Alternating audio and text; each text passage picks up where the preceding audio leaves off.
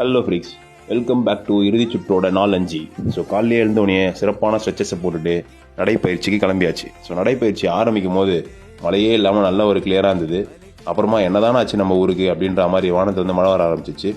சரின்ட்டு அப்படி இப்படின்னு ஓடி போயிட்டு நம்ம அம்மா காய்கறி வேண சொன்னாங்க. அந்த கடைக்குள்ளே போய் தஞ்சமும் வந்தாச்சு. அங்கேருந்து காய்கறியை வாங்கிட்டு அப்படியே 2 கிலோமீட்டர் நடைப்பயிற்சியை சிறப்பாக முடிச்சுட்டு வீட்டுக்கு வந்ததுக்கப்புறம் மொட்டை மாடிக்கு போனால் சிட்டப்ஸ் ஆரம்பிச்சாச்சு. ஸோ 50 சிட்டப்ஸ் அழகாக முடித்தோம். ஸோ என்னடா மறுபடியும் வெயில் வந்துச்சு அப்படின்னு சொல்லிட்டு சண்டைக்கு வாடா அப்படின்னு சொல்லிட்டு சட்டையெல்லாம் அவுத்துட்டு சண்டைக்கு போகலான்னு பார்த்தேன். அப்புறம் சட்டையை ஊற்றனையும் மூடு மாதிரி போசிங்குள்ளே குச்சாச்சு. சரின்ட்டு லைட்டாக போசிங்கை பார்த்துட்டு அப்படியே அடுத்த ஒர்க் அவுட்டான புஷ்அப்ஸ்குள்ளே போயாச்சு. ஸோ 50 புஷ்அப்ஸை சிறப்பாக தெரிய விட்டாச்சு. ஸோ கிளைமேட் வேறு மாறி மாறி இருக்குது. ஸோ நம்மளோட விண்டராக இருக்குது, ஜாலியாக தான் போயிட்டுருக்கு இப்போ வரைக்கும். ஸோ அடுத்தடுத்த வீடியோவில் எப்படி போகுதுன்ற பார்க்குறதுக்கு ஃபாலோ பண்ணி வச்சுக்கோங்க மறக்காமல். ஸோ புஷ்அப்ஸை முடிச்சுட்டு அப்படியே வந்து க்ரன்ச்சஸ் கோர் ஒர்க் அவுட்டுக்குள்ளே குச்சாச்சு.